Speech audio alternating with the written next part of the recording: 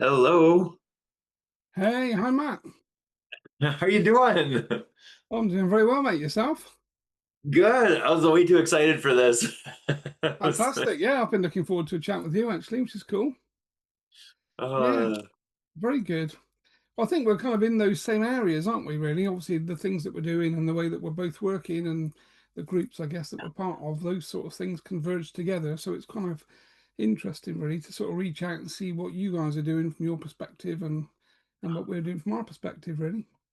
yeah, I fought it for a long time. And I was like, until you're like, okay, I have to learn how to do this and to help people. And it's been one of the best parts of, I mean, I love it more than any of the other work that I've done. So Yeah, fabulous. So you obviously run that group, I guess, do you? The sort of yeah, QHHT, yeah. QH, yeah.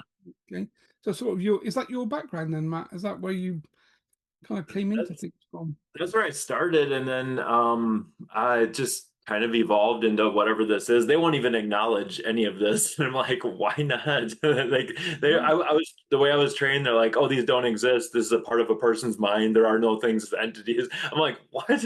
And like, and they still hold that. I'm like, really? Like, how can you ignore this? Like, if I don't know, it just didn't make any sense to me. But you Yeah, I know, guess that's kind of what's interesting, isn't it, from our perspective? Obviously, I've sort of, come along from the kind of psychic surgery route, I guess, from for the last sort of 20 years for myself. So we've been dealing with entities in people and talking to entities, that kind of thing. So for me, it's been like a very normal part of my kind of journey, really. And then obviously there, now we're starting to kind of meet people like yourself and people in hypnosis, and they're coming in from a very different kind of angle. And most of them don't really understand, the concepts of other things like entities and energies, and they're very kind of new to those conversations, which of course we've been having for 20 years, basically. yeah. Well, and shamans have been having for 50,000 years, so Yeah, it's like exactly. Yeah, it's not new territory, but but at the same time, it's like I don't know. I think we have to help people realize like how just regular and common this is, like and like yeah, make it not scary. It's like there's so much fear around stuff. When I started into this work, it's like I don't know. I heard all kinds of things, and it's like people just didn't know what they were talking about because I mean. yeah. uh things And they heard or things they saw on TV, and it's like that's not. I think that's one of the biggest challenges, really. I mean, if you look at the work that we do, really, and the work that you're doing, so you're looking at it from a different lens, I guess, to the way we do things. Yeah, We do this all day, every day, and have been for years and years, and it's not scary, and it's not particularly difficult, and it's actually very safe. But I think yeah, certain people have a perception of what's going on, and they make it kind of scary, and they make it sound, difficult and unsafe. And of course, that then generally pushes people away.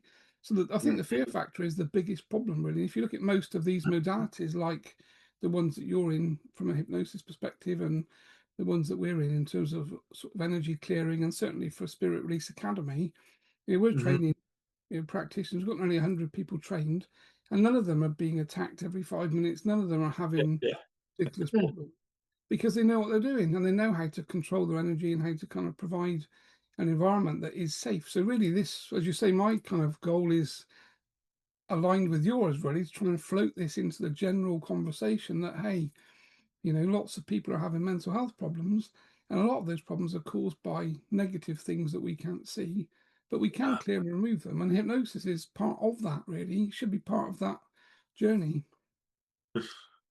it's been profound. I've seen and like I love it because like the shifts are like quick. Like I watch people's eye color change and they are not the same person like in a matter of like seconds. I'm like it's just so Mm. cool to watch that transformation. But then also like to be able to help these souls on, like they're stuck, they're lost, they're confused. Like I didn't get that part of it right away, but it's like, wait, we're helping them too. And it's like a win-win for everyone when it's done right.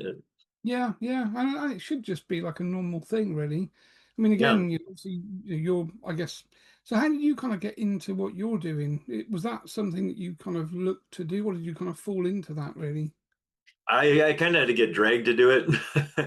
I was having like all my own like physical issues. I was on like at one point I was on 14 medications. I Yeah, was having seizures all the time, and like And then I discovered kind of the work of Dolores Cannon, QHHT, and like in one session, I immediately stopped having seizures. In 2 months, I was off all 14 medications, and I'm like, I need to learn how to do this, and like that's where it came through that.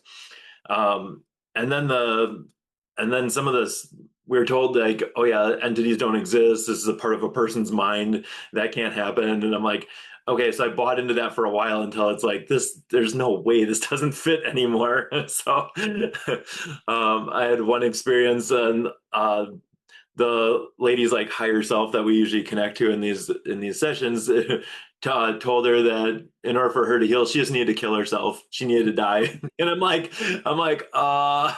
no expert, but I'm guessing this isn't her higher consciousness. And then I'm like, but I didn't know how to help her, and I felt so like I like kind of let her down. And I'm like, okay, I need to figure out this part of it. And I realized there's so many things that I missed that because I wasn't looking at things through that lens.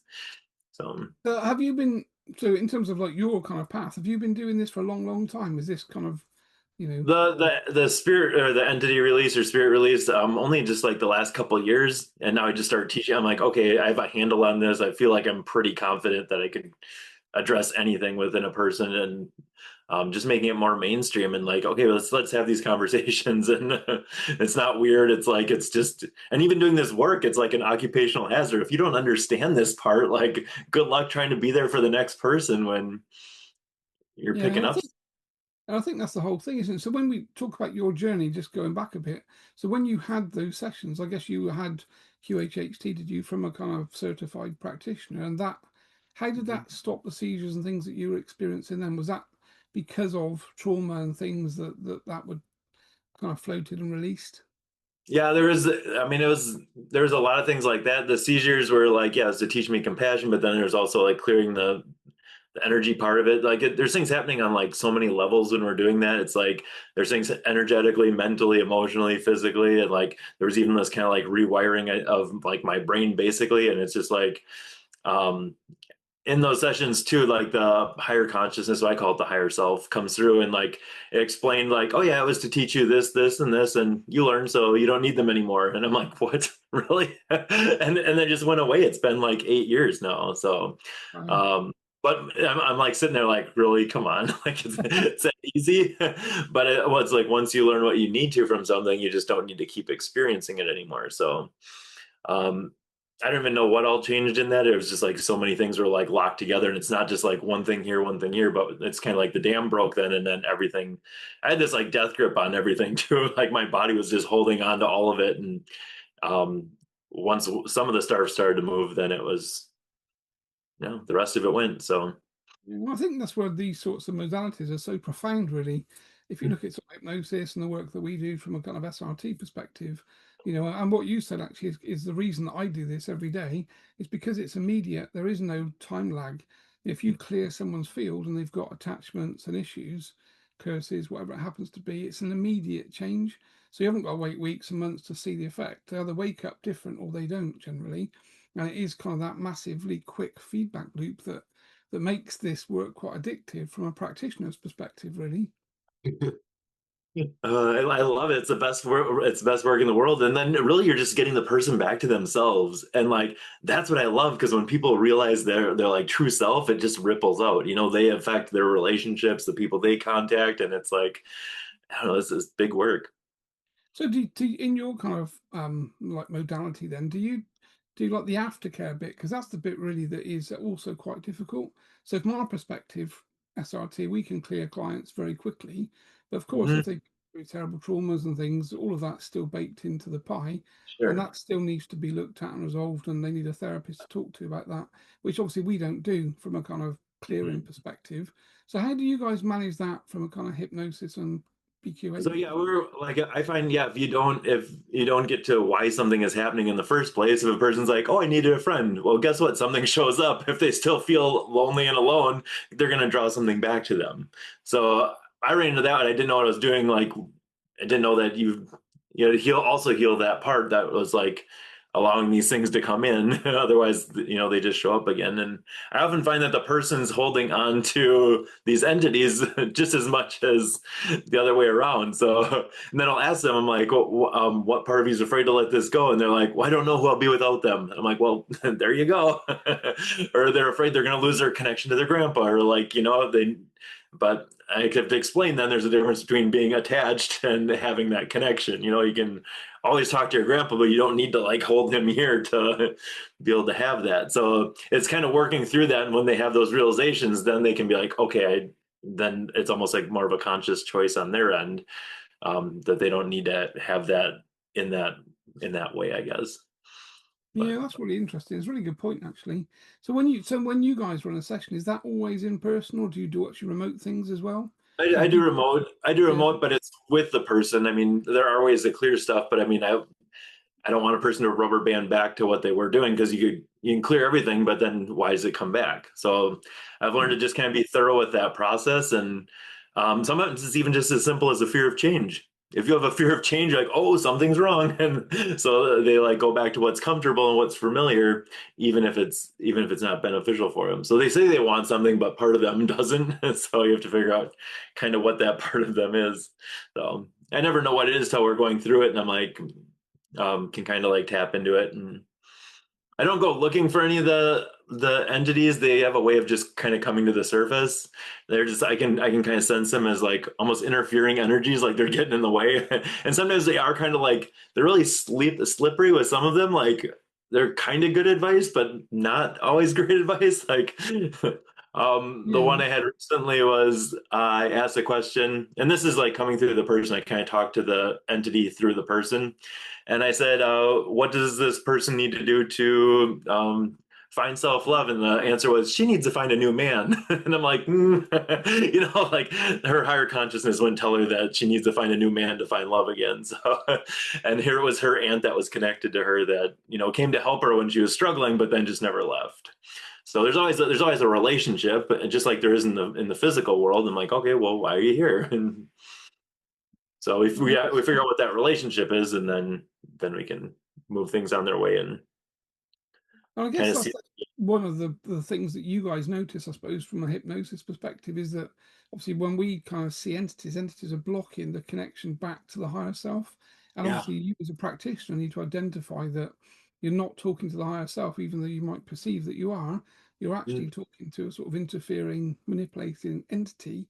So I guess as a practitioner, you find ways to qualify that, do you, as part of your kind of session? Hmm.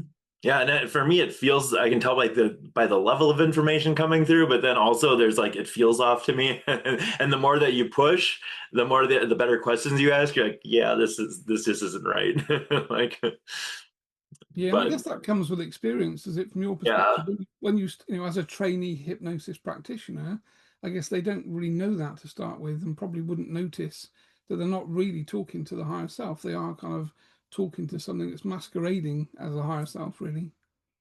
Yeah, and the person thinks it's them. Like the most of the people aren't even aware that something has come in, especially if it's been there a long time. Like they just, especially yeah, when they're like come in really early, or they're transferred from the mom, or they're like, they think that's part of them. And uh, I know that when I went through a process like this, I had one that came in when I was very young, and I felt like part of me died. Like I was really sad because I felt like even though I knew it wasn't supposed to be there, I was like, well, then who am I?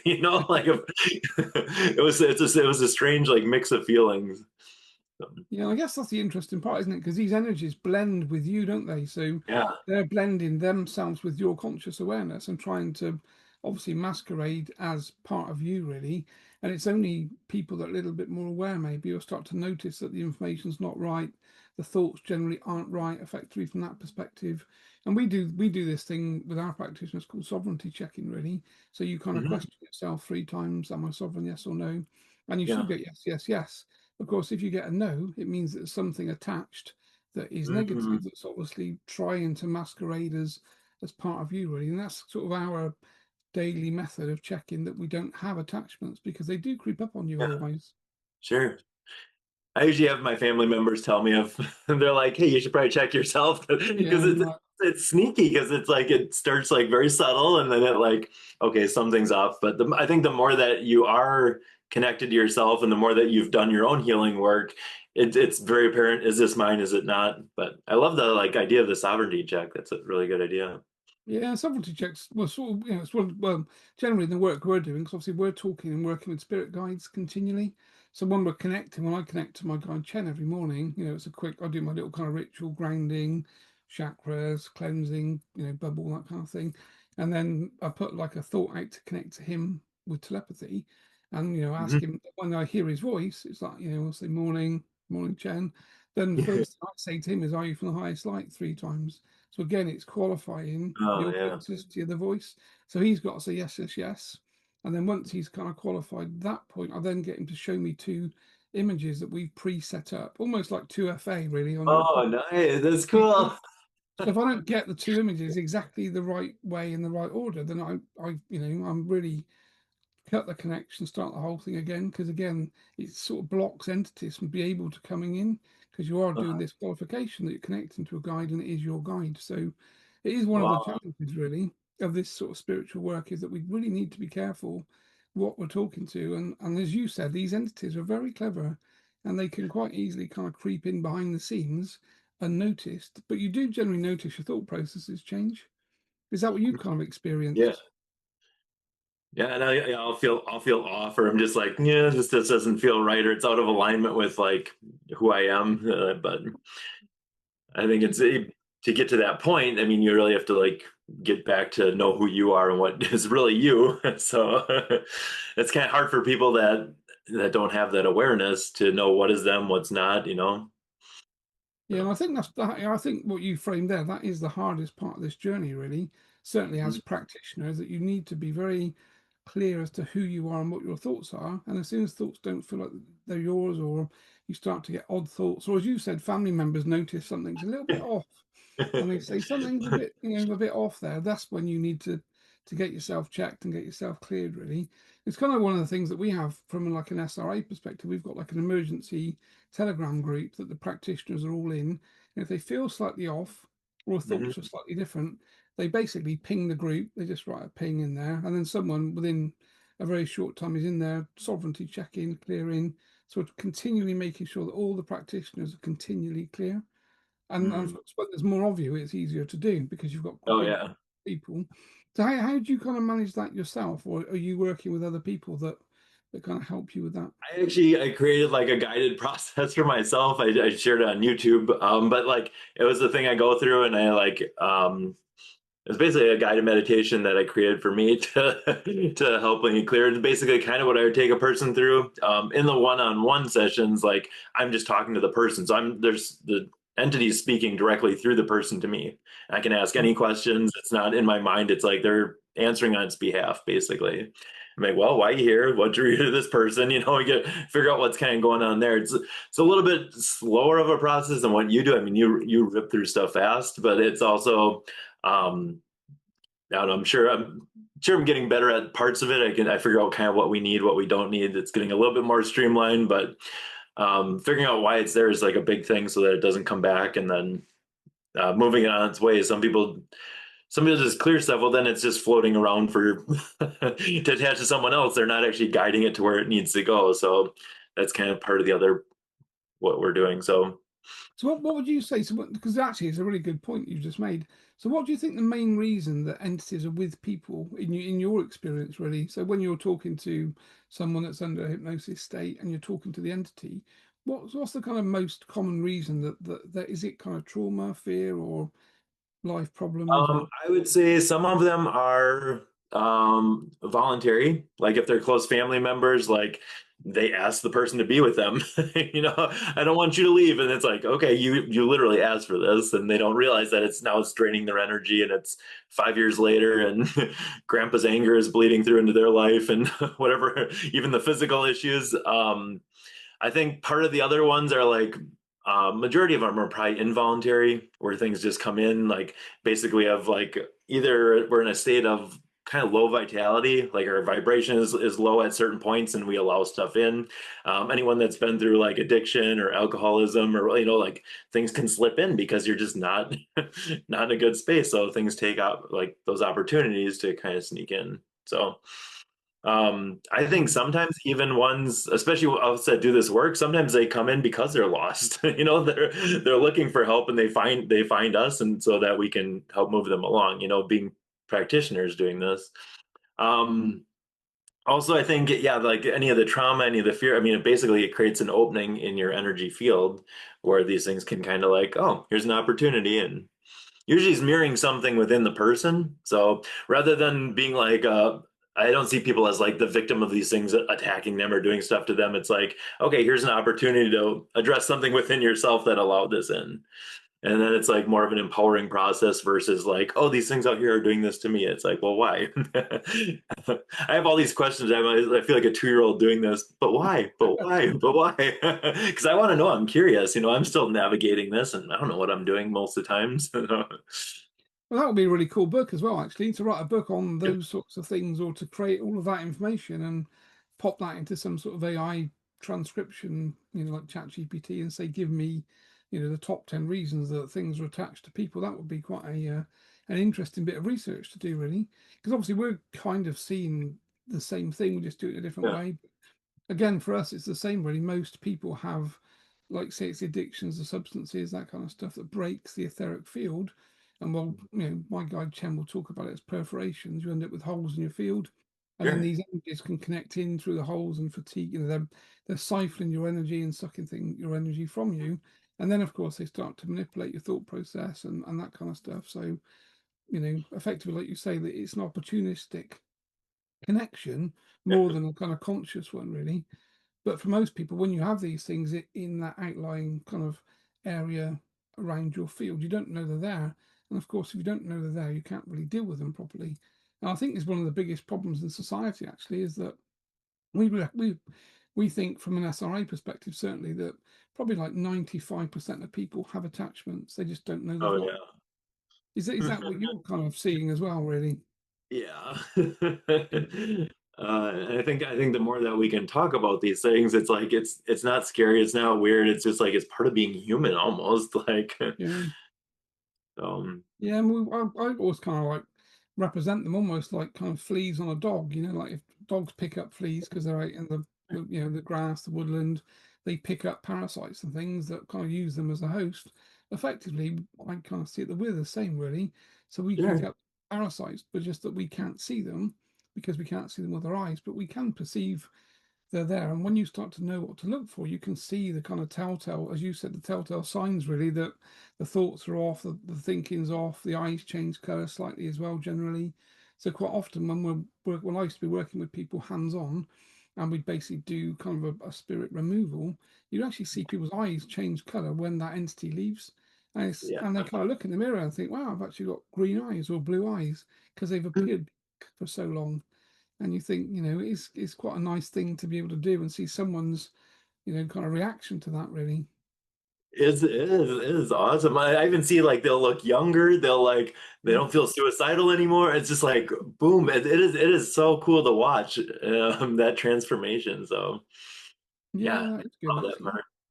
How do you So, how do you end up doing the actual like clearing? So I know you work with Chen. Is he like kind of the mediator between? yes, I mean, so going back in my kind of practice over the years, 20 years ago, really, I used to try and do things myself as a kind of medium. So I'd be talking to the entities, Yeah, engaging with them. People would be on a couch, I'd have my hands on them.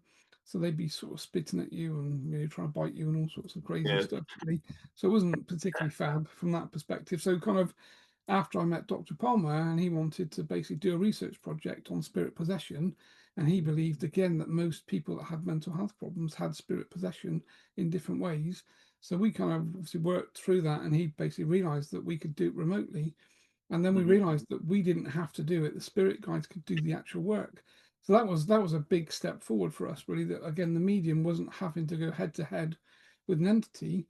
We would just talk to the guide, and the guide would go off, connect to the client, and do the removal. So in a way, it's kind of like a cheat way of doing things, because we've sort of outsourced the work to the spiritual teams, and not having to, and we don't have to engage with the client that way.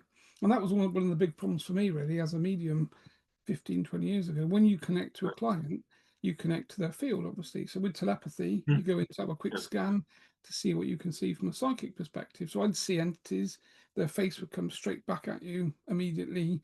Generally, they'd attack you straight away as well. So you'd be having a psychic attack experience before you even started doing the work, which is kind of not great, to be fair. And you don't really want to be doing too many of those a day either, because you end up with headaches and things stuck in Sure. your eyes and all sorts of painful experiences. So I used to say to Terry, we need to find a better way to do this, because obviously, as a medium, if we want to train practitioners to do these depossession, effectively, they're going to be attacked all the time, and nobody wants to be attacked every day, because it's not a great job from that perspective, really.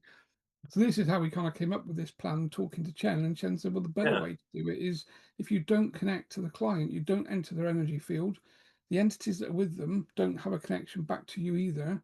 So the Okay. guide goes in basically as a team and then does this kind of depossession removal. And obviously then we started to find other things in people's fields.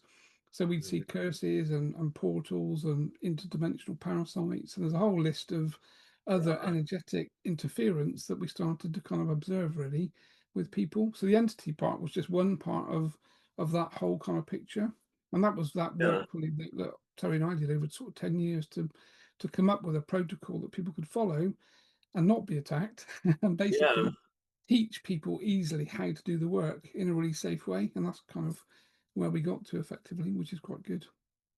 So do the people that work with you also use Chen, or do they have their own? No, so generally, so in SRA, we have like two different kind of people, or two roles really. A Mhm. facilitator, that's normally people like yourself. So people come from a hypnosis background, used to working with clients, so they're able to kind of converse with the guide. And then the other role is a medium, so a spiritual psychic medium that can talk to their guide, and their Yeah, yeah, guide is trained how to do this by our team. So when they come on the training course, the mediums basically get taken to one side, and their yeah. guide over in spirit kind of gets taken to Oh, one side. So they go on their own course too. So effectively, the facilitators talking to the medium in trance yeah, generally, and the guide's talking direct to the facilitator, and we're going through the protocol. So a bit like kind of what you're doing, but obviously yeah. we're using a spirit guide to do the difficult work effectively, and the kind of Sure. medium facilitator team is doing the physical bit that we need to do to create a report, which is, and Yeah, of course, I found it's way easier with help. Like yeah, I mean, you you're have to doing the do it hard all. Like version, really. You've got the kind of harder work to do from that perspective. And of course, with this model that we're kind of working with, we can run through, 5, 10, 15, 20 a day quite easily, really, because it's just yeah, following through the protocol, finish, write the report, next one, protocol. So it's a very kind of easy to replicate model. And of yeah, course, it's safe, which is the key thing, really. So on the safety conversation, do you get yeah. attacked by entities continually? I've had some be pretty energetic, but I also Mhm. feel pretty safe doing this work. I'm not alone Mm. doing it. Like, I have my like spiritual team that assists, and like when you're not coming from like the place of fear, it totally makes a difference in that vibration, kind of what you're putting out. Like, yeah, you can be there. It can be pretty energetic, but it's also I feel like I'm very protected doing this work. So Yeah, well, I guess you must have a good team, because obviously anyone that's doing this sort of work, yeah, as you said, because everything is vibration as far as we can see things. So yeah, keeping our vibration high and keeping out of fear is mhm, the key, really, thing from a practitioner perspective. So practitioners that move into a fearful state are going to get attacked anyway. So we're trying to keep all our practitioners on that high vibe. You're totally safe. You've got a big team behind you. You just go in, do the work. And the client sees the difference immediately, and we kind of just run through clients as fast as we can to get this clearing work done for as many people as we can, really, because it feels a bit like an epidemic. I don't know if you feel that I was or. just going to ask you about. I was actually going to ask you about that. If you've noticed like this increase in stuff, and I mean, being more and more prevalent. It definitely feels a lot different. And I've been doing it now 20 years, really. 10 Yeah, years was with Terry when we did a kind of sure. couple of thousand cases. He documented 1,000 at the time. But at that point in time, there didn't seem to be that many people with these sorts of problems, really. Not kind of complex mental health problems in terms of sort of self-harm and suicide and that kind of thing. But over the last couple of years, it seems to it's either stepped up or more people are aware of what we do and are coming for help, I Yeah, guess. So it could be kind of either scenario, but it seems like there's so many people that are struggling and need help and don't yeah. really know where to turn, I guess. Is that your kind of I think so, and I've kind of gone back and forth on it. I think as we kind of move through this collective shift on the planet, I think things are moving faster, more stuff's kind of coming to the surface. So I think we're just more aware of the stuff that was trying to stay hidden. So like, oh, what's this? And as people continue to like heal the parts of themselves, or even just become aware of this, or just have given up on the medications masking like the voices or whatever else is going on within them, they're like, okay, I'm willing to take a look at myself, and they're like, hey, what's this? Didn't know this was here. And like, I think they're becoming aware of those things. So Yeah, I think you're right, actually. I think the fact that it's almost as though the light is being shined into places now, and we're yeah, actually seeing the dark stuff, which we weren't really seeing before, because I think it's coming up in sort of politics and finance and culture and society. There's more and more negative things, and I guess it's because we're seeing them. But they've always been there, but I guess we're just looking in a different way and we're seeing more now effectively. And I think more people are becoming aware of things like hypnosis. Used to be that kind of concept that hypnosis was for smoking, really, and yeah, those sorts of things. Whereas I think people have got to grips with the concept now that it's not really for smoking or yeah, addiction. There's a lot of other things that it's kind of able to help. You just need to change your perception and go into these things in a different way. Is because is that was that your understanding in the past? Hypnosis was more of a kind of addictive kind of yeah. The therapeutic modality. classical hypnosis, and I don't even use the H word because everyone has an idea of what that is. So I don't even mention that, even though it's what I do every day. Because people have a problem with that, or they think it's supposed to look a certain way or be a certain way. And when I stopped using that, everyone can do it. Like I haven't Right. had anyone that can't do it then. So Now, that's interesting, actually, isn't it? yeah, people's perceptions of things and those expectations hold them back from getting what they could out of the process, you know? So So where did BQH come from? Was that your kind of terminology, that's or that's not mine. That was another lady that kind of broke off and started doing her own thing because she didn't align with, the way things are being done. And I don't even know what I do anymore. It's a mashup of kind of everything. I have no BQH training. I've had like sessions done, but I've never had any formal training there. Um, I kind of took over the group that I run now, or that I'm well, doing now, and it's all the same stuff though. That's what I love about yeah, this. People across like geographical distances, disciplines, like they're all coming to the same conclusions, and it's a different lens to look at stuff through, but it's the same stuff. You yeah. know? And that's I think where we need to get this conversation out to, certainly what we're trying to do from my own personal perspective and from like an SRA perspective, trying to get the general public to know that if you know someone that's having a mental health, challenge, or hearing voices, suicidal, schizophrenic stuff, before going down traditional routes, just get a clearing done, or just get one of your sessions done or something, just to check Yeah, and find out, because it probably is going to be some sort of entity issue or some sort of interference issue. And when that's been resolved and cleared, it puts someone in a very different place to be able to move forward.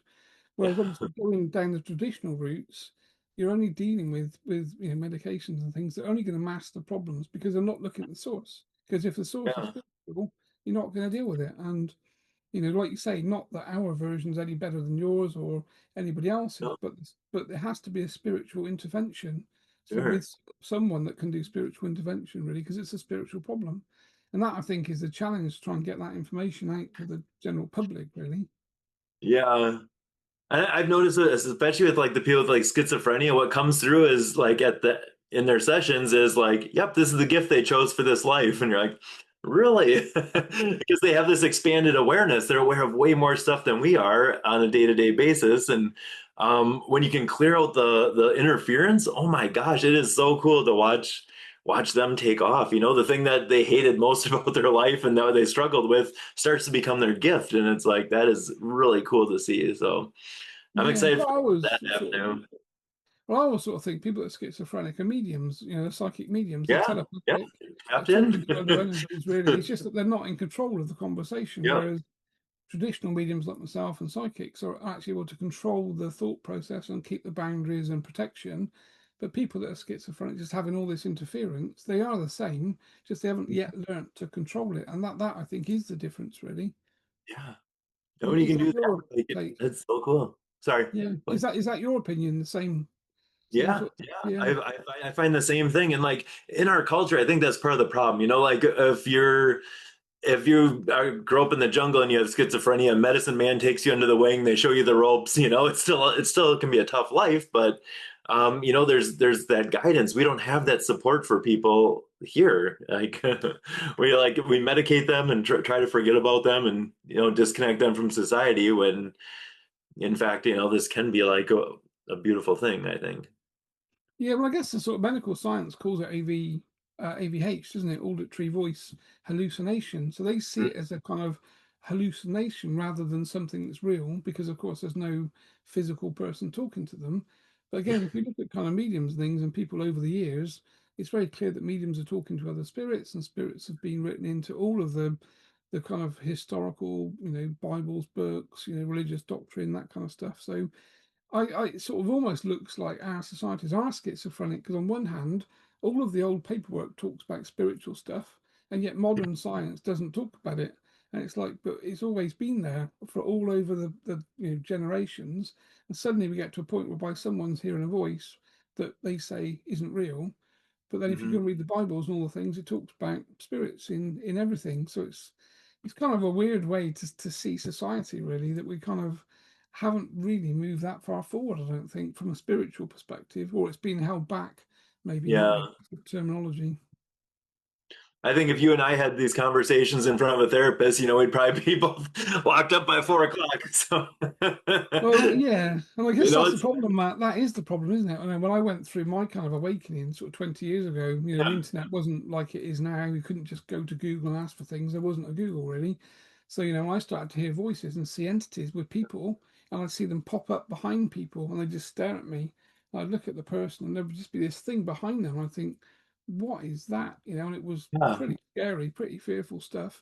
But I yeah, couldn't talk to anybody because, I thought I yeah, can't go to the doctor because they'll basically lock me up.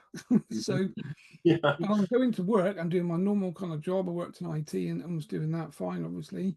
But I thought the only other place is the church, and I wasn't really religious. I thought I don't really feel right going to church to talk about entities and things, because again, it's probably not a conversation that your local vicar or priest is going to want to have.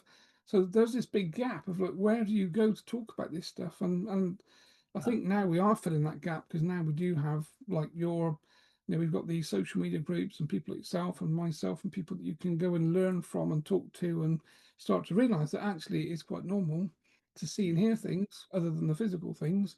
And there are ways to kind of manage it and look after yourself. And actually, as you said, it actually ends up, what kind of starts like a curse really becomes the most positive thing in your life, actually, as you work forward. How did you navigate that 20 years ago? How did you end up getting? I drove at a wall. So I kind of got to a point I couldn't really live. It was, very Yeah. difficult. I had a lot of things happening in my house. So I used to, turn up at night and get goosebumps and see shadows. And I started to see entities moving around the house, which isn't fantastic. And then I started to kind of get woken up at 3 in the morning with things climbing into bed with me. So the bed covers would lift and something would slip in. And I could feel the fear, with the negativity was like palpable, really. And I was shouting and screaming and jumping out of bed and that kind of stuff. And that went on for probably about a year, I guess. So it kind of drove me mad, really, to the point Yeah, where I yeah, couldn't really cope with it. Particularly, I had no one to talk to or no help as yeah. such. So kind of one day I was going down to a beach basically in the UK, and I sort of drove at a wall. So I thought I was just going to end it. And I actually went round the bend. I took my hands off the wheel. I just kind of like continued on round the bend. And I realised that obviously there was some sort of intervention, spiritual, that happened. And then I spent the whole weekend sat on the beach just throwing stones in, trying to work out what was going on. And from that day onwards, I basically found a psychic medium that started to teach me and explain protection and entities and that kind of stuff. And then I found a guy that was a psychic surgeon, funnily enough. So he kind of trained me for about a year. But it's a very difficult path when you're on your own, because you've got no one to talk to. And 20 years ago, there was no one to talk to. That was a No. way different story back then. Yeah. Yeah, so that's why like we have our groups now and our help groups, and like when I saw your group, I thought this is really cool. Matt's running something that's really helping people, and there's a lot of people that need to read some of these conversations and understand that this can be, a positive thing rather than a negative thing, really. I've actually had some of the things that I thought were pretty like, dark or nasty come back and like thank me for helping them because they were like so lost. And I'm like, wow, I never saw that side of it, but they've like they came forward to say how helpful it was for their soul to like be able to finally move on. Like they were stuck or Um, trapped or like pulled away from the light so far that, you know, that was so yeah, helpful for them to guide them home as well too. So yeah, that's a really cool story, actually. Because yeah, again, we don't really have conversations with entities anymore. We just do, we remove them and clear them, but we don't really get involved in the conversational bit. So your part of it is quite different, which is why I was quite interested to have this chat actually, and thought it'd be interesting to see what you're doing, because it's the same as what we do, just a different way of doing things. And sure. obviously, you're obviously entering into the conversation through the client, whereas we're talking to a spirit guide that's doing a kind Yeah. of clearing, really. Well, your ways are probably way more efficient, but I also don't know what I'm doing, because I've been so influenced by like, learning. I'm like, okay, none of this is right. I have to figure out what's right for me. So that's why I'm like, I want to figure this out so I can, share this with other people. I'm sure it'll get more streamlined, as I go down this path further. But like right now I'm still figuring out stuff out and like having these conversations with them and they're explaining things to me and I'm like, okay, well that's a way different field than like what I've been trained, or even other parts of the world. They're like, oh, you need to chop their heads off and banish them to the underworld. I'm like, pretty sure it's someone's grandma. I'm pretty sure we can just talk to her. Like, Yeah. Well, that was one of uh, the things that kind of used to make me laugh, really, when we started to do, kind of, well, I mean, exorcism would have been the old world, yeah, or yeah. spirit possession or depossession is what Terry started to call things, really. But Mhm. when we were kind of removing entities and talking to discarnate spirits, like you say, someone's grandmother, again, we used to laugh and think, well, if you look at some of the religions, they spend hours in a room with someone, throwing water over them with crosses and ritual and reciting prayers. Well, just ask them to leave, basically, and just call So, forward someone that they will go with, and like a 30-second conversation, rather than days locked in a room with all sorts of theatrics. And you yeah. look back at that and think, well, that's the old way of doing things, because that's totally been, our methods have completely kind of moved that forward now into a much more modern and safe way of doing things, rather than requiring some kind of priest to be in a room for days on end throwing things around. And it might look good, it would, but it kind of isn't what's required, really. I've heard all kinds of things. Like even in some of the other cultures, they'd like come from behind and push you hard to like push the like spirit out of you. So like it would like basically separate you or jolt you. And I'm like, wow. Or they'd like like all different kinds of like almost like kind of torture things to like get it to leave. And I'm like, yeah, I'm pretty sure you don't have to do some of those things. Probably just talk to them and ask them. Most of the time, they're like, they move pretty quickly or pretty easily. Well, I guess that's the thing, isn't it? What we're doing is sort of more like groundbreaking, I guess, and pioneering in that way, really. And that was one of the things that Terry realised. Terry kind of looked at this whole, mental health problem, which was the actual problem that was kind of presenting to him. And as a kind of professor with a PhD, he wanted to find a way to help people that didn't involve kind of old versions of doing things, Yeah. kind of in the old way, and wanted to come up with a more modern method that actually does take into account the spirits that you're talking to, or the entities, or clearing, the energies that are around people, that kind of thing. So it is a much more, well, it's a safer but more modern way to do things, really. Yeah. We had a client a while back that required a kind of an exorcism. So the Catholic Church has agreed to do an exorcism. They don't agree that just off the hat. That's quite a big process, and there's a Yeah. very Yeah. expensive price tag as well. They charge a lot of money to do that, basically. And this particular family were going to fly their son halfway across America to have this exorcism, and Mhm. some things went wrong. The priest couldn't do it, etc. So they kind of found us. So basically booked a session. So I did a session, my normal session. I didn't even know any of this was happening. I was just another Yeah. client to another clearing, so connected to the young lad, basically saw entities and stuff, cleared and removed it all, sent the report, got a reply back a few days later to say, wow, totally gone back to normal, don't need the exorcism from the church anymore, so they can go home. And then when they got home, of course, the family were very religious, so the mother wanted to still send him to be exercised, even though he wasn't presenting any of the problems at all now, because we cleared him and he was sovereign, Yeah. effective. So they did. They continued and went through the exorcism process, And, and then about a month later, I get an email to say everything's back. So after the exorcism, the exorcist put, well, not put, but obviously opened him. yeah. So entities are reattached to this young lad, basically, that we'd already cleared effectively once. And he was then suffering in a worse way than he was before. So, of course, we Oh, ended up doing another session, and like our session was like an hour. So it was like another hour session to clear something, whereas he'd spent days with this, wow. with this priest going through this whole kind of ritual and all the stuff they do.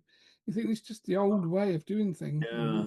Kind of, it's a mindset change, isn't it? This is the problem. I would love getting that call. Andy. So, yeah, Well, things are back. Wasn't that cool though that you can help people in that way? it's nice to be able to do it remotely, really. I mean, that's one of the big advantages, I guess, of the way we do things is that Sure. we don't ever speak to clients like you're doing the Yeah. hard work because you're doing the interface, but our clients just book us kind of cold and blind. We obviously Hmm. have a schedule, we run through, we do the clearing, send the report. So that's all we need to do because we don't need to connect to their energy because the guides are doing the work. You're connecting to Chen, Yeah, so and then just he tells you basically he's telling you what's going on and what. yeah, so I'm just sat down basically writing a report, and he's just saying this is what they found and this is what they've cleared and removed. And then he says, session's complete. I then connect mentally to the client to do a sovereignty check. So are they sovereign three Sure. times? So as long as I get that back, I know that they're clear. So from our perspective, the spiritual Yeah. part's being cleared.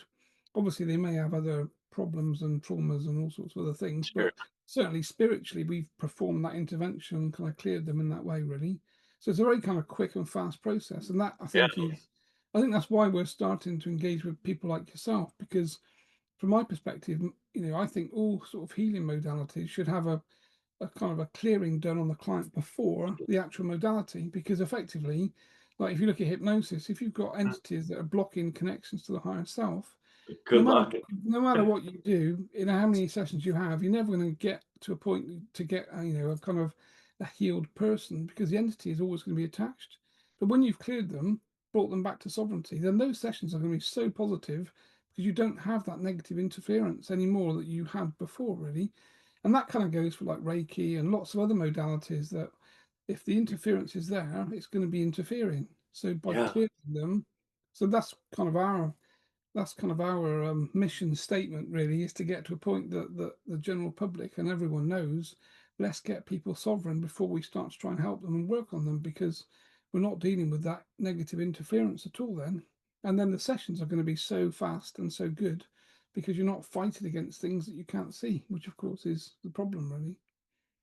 Yeah, I agree with you 100% there.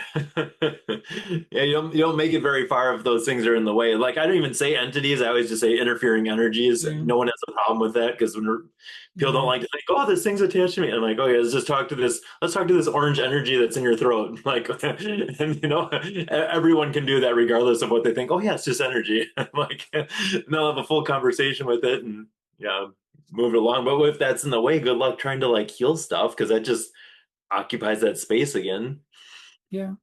And that's actually quite a good way to frame it. Like you say, if you don't give it a name, we don't use the word exorcism because people are frightened of the word exorcism because Hollywood's kind of created this fear around, but if we just call it energies and negative energies and, as you said, interference, is quite a good word because people aren't frightened by that. But if you say, oh, you've been cursed and there's blah, blah, blah, again, people go into a kind of big tailspin of fear, which we don't want them in because you're trying to get their vibration up, not pushing them back down, in which case things will then kind of reattach potentially. So it's about trying to change the narrative in a positive way and get people out of a fearful state and just say, look, it doesn't matter really. And that's kind of where I'm trying to get to myself really on our kind of reports, is to give less and less information to the client. So I'd like Yeah, to have a report. My yeah, report, my kind of panacea report would be one line to say SRT's been performed, or our service has been performed, and you're clear and sovereign. How do you feel? So not tell them anything about what we yeah, found, because it's not about what we found. It's about how do you feel. If you wake up and you're feeling mentally clear and your thoughts are your own and everything's changed, it doesn't matter what I say on my report. But if I put things on the report that push you back into a fearful state, then the whole thing Yeah. spins back round again. So, you Yeah. know, we are trying to get, so certainly with SRA, we're trying to educate the practitioners first that giving less information is actually better, Yes. because actually it's how, if you feel better, it doesn't matter what we've done. It's like you feel better. Yeah. So I you don't need love you don't need to uh, know, do you, really? I love that perspective. I say the same. I see the same thing. So many people get caught up in the stories or like, even the fear of stuff. Like, why would you want to perpetuate that? Like, Yeah. even with my intakes and stuff, I used to talk to people for like 3 hours. Like, they're rehashing the same story they told people. They told their therapist for the last 10 years. Like that. Like that. All you're doing is ruminating and reinforcing that old story. I don't want that. Like, you already know what happened. Let's figure out what's left and like, I don't know, work through it there. So Yeah, that's a really good point. I mean, obviously one of the things we look at is obviously like curses. So from a psychic perspective, we see or I would see psychically a stream of energy coming into someone's field. So we kind of yeah, know that that's an active flow of negative energy, which we would call a curse. And quite often, of course, it's family members that are cursing other family members. So when we write reports back, we don't actually use, we just say, we've cleared 3 streams of energy or, a couple of curses, but we don't actually say where they come from, because as soon as you yeah, tell someone your dad or your sister or your brother's cursing you, it causes more, more angst, more negativity. So again, everyone always replies to us and says, where, who's cursing me and where is it coming from? So we just say, well, we don't actually look at it. We just clear and remove it, block it, don't talk about it. Let's just move on. Let's just move forward, really, because going back into it just takes you right back to the place that we've just got you out of, effectively. And that is exactly what you're saying. yeah. Now you add the resentment and anger towards that other Yeah. person. Like, why would you want the person to carry that? So it's funny. I was actually just going to ask you about curses, how they appear to you, and because I don't really. I'm just kind of moving into that to learning how to kind of work with that and clearing that stuff. So does that all kind of comes through the same way for you? Like generational curses, hexes, black magic, stuff like that? Does that appear the same way to you when you're working with a person? Yeah. So again, obviously, so when I do things, I see things psychically. So if I bring up a picture of a person and Chen will show me streams of energy coming in. So if I say to him, how many negative streams are there? He'll say, if it's my view is coming in from the right, that means it's an active curse in this life. So you might say there's 6 streams of energy coming in. So I just say, can you block it? And but we block. So we kind of visualize putting that person in a kind of bubble, like a Yeah, yeah. reflective bubble, and then basically block and reflect it back to where it came from. So the perpetrator that's sending it gets their own negativity back, basically, which tends Right. to stop them really quickly. So that's the kind of like Yeah. the kind of psychic way of doing it, effectively, from Yeah. the occult version of doing it. If I see a curse or a stream of energy coming from my left, so Chen showed me streams from left, that Yeah. generally means ancestral or past life stuff that's carried forward. Okay. So again, we can sort of deliberate between what's an ancestral curse and what's a kind of current active curse. But again, Sure. it's just a stream of energy. So again, if you, as Yeah. if you're sat in a car and someone cuts you up and you think, oh, you've just done that, and you start thinking negative thoughts, you're Yeah. sending that stream of negative energy to that Sure. person, and of course that's going to hit their etheric field and sort of swim around the outside. But the more angry you become, the stronger that is. So effectively, you are kind of cursing them in one Sure. way or another. So again, it's sort of thinking about trying not to do those sorts of things from a mental perspective, but certainly to clear curses, the guides do that very, very quickly. And again, Cool. like you say, it's kind of different terminology. So voodoo, hexing, witchcraft, Yeah. curses, different religions and kind of cultures have different words, but it's just basically negative energy that's being sent to Sure. someone. But the only thing we do find more tricky is quite often sort of occult practitioners. You can pay occult practitioners to curse someone, and they actually invoke an entity. And the entity goes and actually spends its time around that person trying to cause problems. So that sort of cursing is a little bit different, because effectively it's an occult kind of practice, really. Yeah. It kind of drops into like the satanic stuff, people that are doing satanic Yeah. practice and Satanism and that kind of thing. So they're working with negative entities and trying to cause problems for people in that way. So which is a slightly different way of looking at it. But again, I guess How do you you address didn't those fully then? get Are you into working that. with Oh, I embrace it all. I just haven't really run into that as much. But that would be consistent with a couple of the things that I've seen. So an experience. But how do you work with that then? Are you addressing more of the entity? Or are you addressing the energy stream and the entity? Or Yes, well, again, from our perspective, it's the spirit guides that will do the kind oh of yeah, yeah, I mean, really. But again, they'll do the same. So they'll clear and remove the entity first, and then basically intercept the stream of energy, the negative energy, cursed energy, and basically block and kind of reflect it back effectively. So I've kind of seen. I didn't really realize how powerful that was, but I saw it on a particular wow, person that we kind of knew he was cursing someone in his family. So when we kind of first did this, we kind of basically blocked. Shen said, "I'll block." We put the person in a protective bubble and reflect the energy back to that person. And within about 2 days, they were in hospital, like really, really ill, because of course mm, all of their negative energy was being reflected back to their field, wow, and their field was pretty perforated because they were doing quite a lot of drugs and substance and stuff anyway.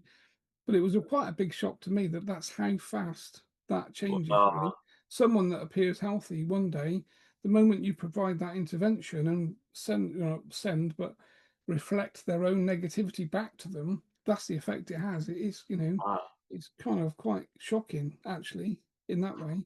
Because when we looked at cursing, and certainly with Terry, there were kind of two ways or two schools of thought, I guess. One was to basically intercept the energy flow and to try and ground it effectively, mm, which does work. So you can kind of intercept the energy flow and then get the guys to basically ground it effectively. But of okay, course, it doesn't stop the person sending it. So the person's still uh, sending continually.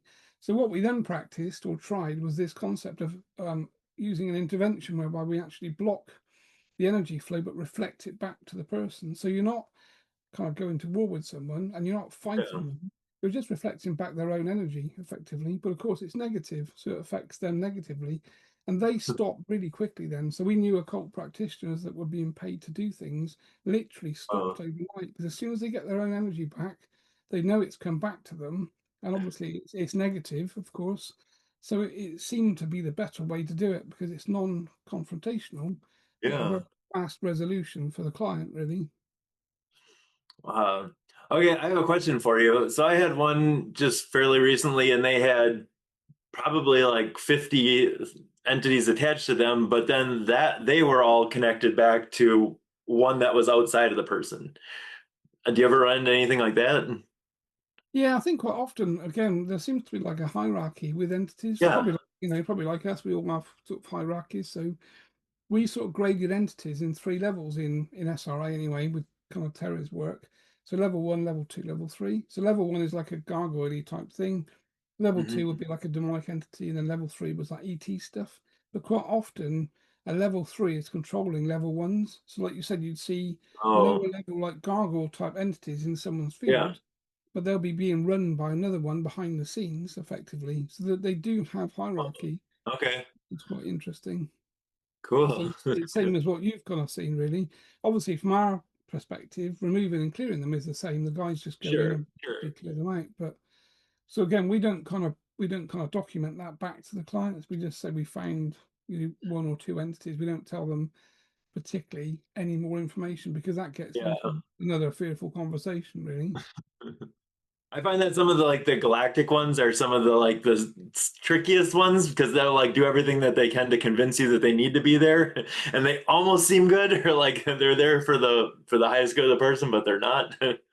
So, Yeah, well, that's a really interesting point actually, because when I used to kind of, again, 20 years ago, I used to talk to these entities quite a lot, and then have like hours of conversation with them, and also mhm, they give you part truth and part not. sure. And for you, it's trying to work as I started to realize they're quite intelligent, more intelligent than me, basically. So I kind of realized that I was on a loser with some of these entities because they've been around for a long time. They know how to kind of play the human mind and the Yeah. conscious and the subconscious, and they'll give you some information that you know is true. You think, okay, that's a good point. That's fair enough.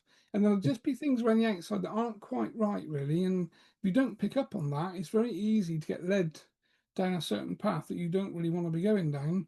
But you start to realize that you're kind of being played by this intelligence, Yeah. actively, Uh, uh, which is obviously what you've kind of experienced the same thing. yeah. Yeah. Do you more of a finesse try and tease those ones out if this is something or isn't something? So, we're working directly through a person, with like just a line of questioning versus actually tapping into their. energy Yeah. field. Well, I guess that's probably where I guess it's easier for our guides probably because of course they just look at the person, the client. The client has a frequency of vibration, so we've all got our unique individual frequency, and that's your frequency, and anything else that's baked into your etheric field is not yours basically. So of course the guides go in, find your core frequency. If it's say let's say like number 10, anything that's not 10 in your field shouldn't be there, so just basically strip it out. Sure. So whether that, and of course that's like an easy way to identify what shouldn't be with you because it's not your energy and it's not your frequency. So that's kind of the way they're doing things very quickly now. They're not even bothering talking to or connecting to entities and things. They're just looking for frequencies, and if they're not supposed to be there, Yeah. they can take them out. So it's a very fast way of providing that intervention. Do you find things coming back like a person has the same thing coming back, or they'll be good for a little while and then you know, a week later stuff is back, or Yeah, that's a really good question, actually, Matt. So we do find that definitely, because of course one of the big problems I guess we have, and I guess most probably modalities do, is the aftercare conversation. So once we've been in Hmm, and performed, a clearing, you've cleared the field, you've brought them back to sovereignty. If they continue to do drugs or substance, or they don't do protection, sure, or they do the things that they did before while they picked up the problems, of course they. So the actual same entity doesn't attach because they've been cleared and removed, but something else obviously very can similar. attach. So that is our challenge, really, from certainly from an SRA perspective, as to how we signpost people to another group of people that can talk about you're now clear, you're now sovereign, you need to do these things to keep yourself protected. You've got to change some of your daily rituals and things, stop doing drugs, blah blah blah. And of course, a lot of these people have been through horrific traumas, which is why they've been self-medicating and doing the things they've been Sure. doing. So our intervention, in fact, Terry used to call us the kind of spiritual paramedics, really. So he kind of likened it to in Oh, a I car like that. crash. The paramedics come in and they basically save your life, put you in the ambulance, and basically drop you at hospital. And the Yeah. hospital is the aftercare. So that's the bit that we detach from. And they then need to go and have some sort of aftercare, which obviously we Yeah. don't provide really because we're not skilled to do that. And we don't have practitioners that are coming from those sort of disciplines. But that's the bit that we're trying to find the link for. So Got when it. we've actually done a clearing on someone, some people are totally fine after they've been cleared and don't need any aftercare. But for other people that have the same problems, usually it comes back again. It's Mm, because they're doing things that aren't really helping them and they're not doing the and that kind of stuff. So it's like an education conversation that we need to find to have. And that is the yeah. next challenge, really, from our perspective. So I guess you find the same thing, do you? Sure. Sure. And that's why I take the time that I take with a person. I'm working with a person 5, 6 hours at a time. Yeah, we're going through all those things that Wow. to kind of close the doors on these things so other stuff doesn't just slip back in. So I mean, yeah, it is a longer process, but I also don't end up seeing the same people as much for the same things. Everyone does do that to some extent, rubber bands back, but I don't think the integration piece is definitely a key a key piece that that I'm trying to figure out now. Like, how do we get people not to slip back into what's familiar, what's comfortable, the old patterns? Like, even if you get to the root of why something is happening, sometimes people just like it's just uncomfortable for them. They go back to what's familiar just because it's what they know, even if it's bad. It's just kind of like human nature. Well, yeah, and that is the odd thing, isn't it, really? I mean, I remember an old lady I worked on like 15 years ago or something, and she'd been all around the country to lots of different consultants and therapists, been hearing voices and that kind of stuff, and she'd been talking to things, and she was trying to get herself resolved. And eventually, her daughter brought her to me, and literally sat on the couch. Chen came in, said, "Right, okay, you've got a discarnate spirit attached." That actually happened to be her kind of late husband when he passed, so he hadn't moved on. So we had a quick Hmm. chat with him. Chen said, "Right, you need to let her go. You're holding her back and causing all these problems." So basically, moved him on, which was totally fine. And then when I Yeah. came back, of course, I'm in trance. So when I come back, I've got no idea what's happened, basically. So she sat up on the bed crying, like really, really upset. And I sort of said, "Are you okay?" And I was talking to Chen. I said, "What's the problem?" And she said, "Well, Yeah. I feel like a big hole, like something's lost. And I want the conversation. I want it back. It's like totally quiet now in my mind." That's, but that's why you came. You came to get rid of that problem, basically. And then she Yeah. felt she phoned me about 4 or 5 times after saying, "Can I come back? I want him put back," because it was too quiet. She had no one to talk to. A lot of the other symptoms, things touching her at night and all sorts of stuff, turned out she quite liked, even though she didn't really want that experience. So Yeah, it becomes quite tricky because, like you say, when you've changed someone, you can't go back, sure. basically, and it is a one-way street, effectively. It takes a bit of time for them to get used to the integration of their own energy being back to themselves and not having these other things connected or with them, effectively. Yeah, I've definitely noticed that too, and especially with like the people with schizophrenia, it gets really lonely. It gets Yeah. quiet, and it's like they get sad. They get so there is that integration piece, definitely. Yeah, I think it's that thing. I'm kind of schizophrenic, of course, because I'm talking to Chen Yeah, most of the time, really, but only when I choose to. So if I'm out and about, I'm obviously fine. But when I'm working, I'm talking to him for like an hour at a time or something. And then we turn it off. I'll go and get a cup of tea, sit down, watch TV or whatever. So not having the chat, but you do get used to having this friend basically that you sure. can kind of communicate with because it's almost like having another wife sort of thing, that's basically in your space that you can chat to and you can have a bit of a laugh with and ask questions and guidance and it becomes kind of part of your normal self really, the fact you Yeah, can talk to spirit and you can talk to other energies in that way. So, I can totally get why schizophrenics find it so lonely once they've been cleared. But of course, they're talking to negative things and having yeah. negative conversations. And that's the big difference, really, that, if they learn to protect themselves and put themselves in protected bubbles and do some spiritual protection, they could still have conversations with positive things rather than negative things, which, is the problem, really. Yeah, I look it's all for the cool. future. I think we're definitely like changing the way that people look at some of these things, or even just being more open to having some of these conversations. And people are looking for help, and the old ways aren't working. So it's like Yeah. even if they don't understand any of this, they're like, I want to do something different because this isn't helping. Like I'm sick of being sick. I'm tired of feeling this way, and it's like, oh. Yeah, exactly. So how do you actually sell your services or offer your services, Matt? Is it from your Facebook pages or do you have websites? I have my website, and then people just usually contact me directly to book something. I don't have any like scheduling things set up, and Yeah, right. Can you remind us what your website is, just so that people that oh watch yeah, this sure. think, how It's do I get hold of Matt? Matt Schmidt QH.com. Oh, right. Oh, that's quite an easy website to remember, actually. Yeah, yeah. Good. And I do I And do have a obviously, I do have a training manual and training video on there for people that do this type of work, that work in like trance work or hypnosis work with people. For practitioners, it's on there for free for people if this is something that's calling to you.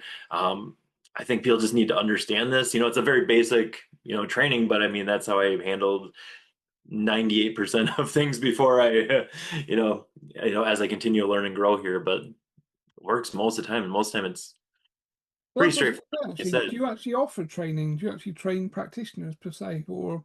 I'm getting to that point. I'm in the process of creating like videos and training right now. Right now, this stuff is just free on my website for anyone. Yeah, So right. Okay. So if anyone's listening to this, which they will be, head over to Matt's website and I guess you've got an email, that sort of thing. They can contact you from the website and yeah, yep, it's yeah, all on. So and also that your Facebook group. That's kind of where I found you really because I thought, yeah, there's some entity conversations in here. I like this. This is my area. Kind of found myself drawn to reading your things. I thought, oh, this is like very closely connected to what we're doing and trying to help people in the same ways. Which is why we thought, if we can reach out and have a chat, it would be really good. yeah. I really appreciate this. I've known about you for like 5 or 6 years, where it's been in my awareness, but I just wasn't ready to kind of step into this fully yet. And I was like, oh, I don't know about that. But Well, Devin, everything Devin, happens it when it's definitely supposed cracked to the door. happen. Definitely cracked the door open for me reading some of your posts and stuff like that. I'm like, what don't I know? Because you talk about this stuff just so matter of fact. It is your life. That Yeah. and I'm like, what am I missing here? Like, why don't other people acknowledge this? And I'm like, how come there's so many different like trains of thought? But I also think about this too. Like if you go see a doctor, they're not going to be like, oh well, it's probably from a past life. Like they're Yeah. not trained to look through that lens, so they're never going to see that connection because like that's not how they're trained. So No, um, that's the whole, and the past life thing is massive. Again, a quick story I remember years and years ago. another person, a lady came to see me that couldn't feel her legs right from her kind of waist. So she could walk and that kind of stuff, and everything worked physically, but she just had no feelings, and she thought it was a nervous system problem. So she'd been for scans, she'd had MRI scans and all sorts of other things, been to lots of eminent professionals in the medical world in the UK to try and resolve this problem. And they all thought it was psychological and said, look, there's nothing wrong with you physically. It's obviously a psychological problem. So eventually she found a way to my couch. Same thing. So she led there. This was the first time that Chen ever did a past life regression. So we Yeah. put my hands on, Chen comes in, so he takes her into a past life. And it turns out that she was recalling in this past life that she was a small girl, I think, that was sat on the back of a kind of horse and cart. So back in the kind of medieval days, really. And this Yeah. wolf jumped out of the woods and the horse bolted, and basically the cart dropped backwards and cut her in half. So she lost her life. So she actually saw herself lying on the floor in two bits, and that was her last life. So when she incarnated into this life, she brought forward those same Yeah. feelings when she died. And then when she came back out of that past life regression, everything, she could feel everything. And she sat on the bed and she was just crying and said, why has it taken me so long, most of my life, to Wow. basically get this resolved? And of course, it was a past life regression that took about 20 minutes. And so past life regression is so powerful. Again, Yeah.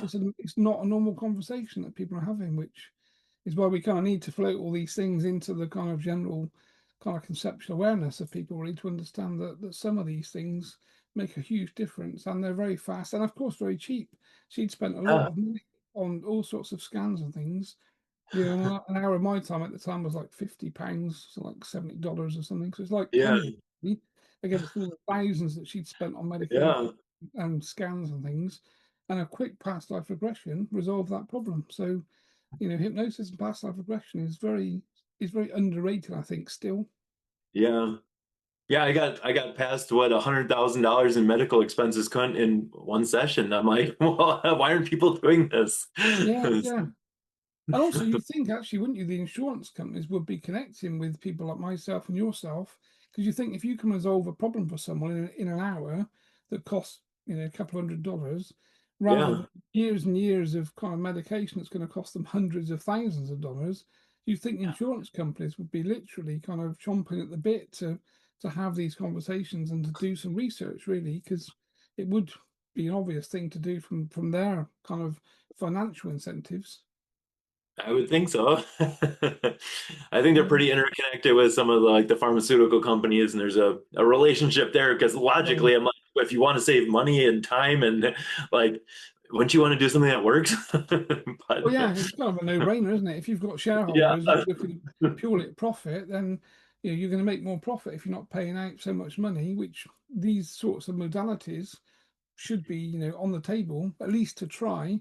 If they don't work, then fair enough, continue on down the normal path. But as a kind of quick intervention, you would have thought it would be the first thing that they'd be invoking, really. yeah, we're on the same page. So, Yeah, well, we're all kind of pushing from different places, aren't we? And obviously, eventually that dam's going to break, I think. And the kind of mm. it's just getting the information. It's trying to educate the public, I think, is the key thing. That's where we sort of see ourselves. And obviously, you're doing the same thing, really, with your groups and conversations. Yeah, and the old me would have made fun of me not too long ago. So I mean, I get it. Yeah, and I was there, 20 years ago. I was totally not very skeptical about anything, and I was not into spiritual stuff and ETs and all the other things. So, we all have that sort of other side of us that doesn't have the experience. But when you've had the experience, it kind of pushes you into a different path, consciously and subconsciously, and then of course you grow and change, don't you? Which is where we're trying to get to, I guess, that we're getting this information out into the general kind of populace effectively, which I think is happening. I think people are interested in it. I think, at some point there will be that kind of threshold that we kind of start to cross over, and then we get to a point that, hypnosis practitioners and other practitioners start having these conversations as a normal thing, as opposed to something special, because it's kind of Yeah, not really. It is normal, as you said, part of our everyday. If my yeah, kids talk about it, well, my kids aren't kids now, they're adults, but they've been talking about it since they were 3 and 5. So entities and things they've heard about over the dinner table for years. So it's just yeah, normal conversation. Whereas for other people, brings up kind of, the kind of exorcism type images and crazy things around sort of Hollywood, but which it isn't Yeah. at all. Okay, Matt, I think that's been good. I've certainly enjoyed your company in the chat. It's been fab. And I think we've covered quite a lot of, information in this time, really, which has been really good. I know I could talk to you all day, so. But we're doing the same things, aren't we? That that's Oh, that's why I kind of love your work, because I thought, Matt is literally in the same trench as us, doing different things, but in the same way. And it doesn't really matter what modality you're talking about or how it works. As long as it works, and that's the key thing, really. So I yeah. guess from my perspective, thanks for the work that you do, because obviously you're helping people, and these days everyone needs help, really. Yeah, thank you too. Thanks for being a trailblazer and having these conversations. I really appreciate this today. So thank you. Oh, cool.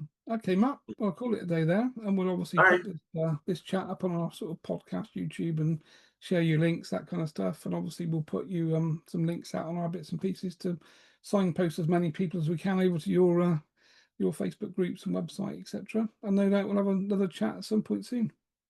All right. Thank you, Andy. Cool, Matt. You take care. Have a good day. All right, you too. Cheers, Bye. mate. Bye bye.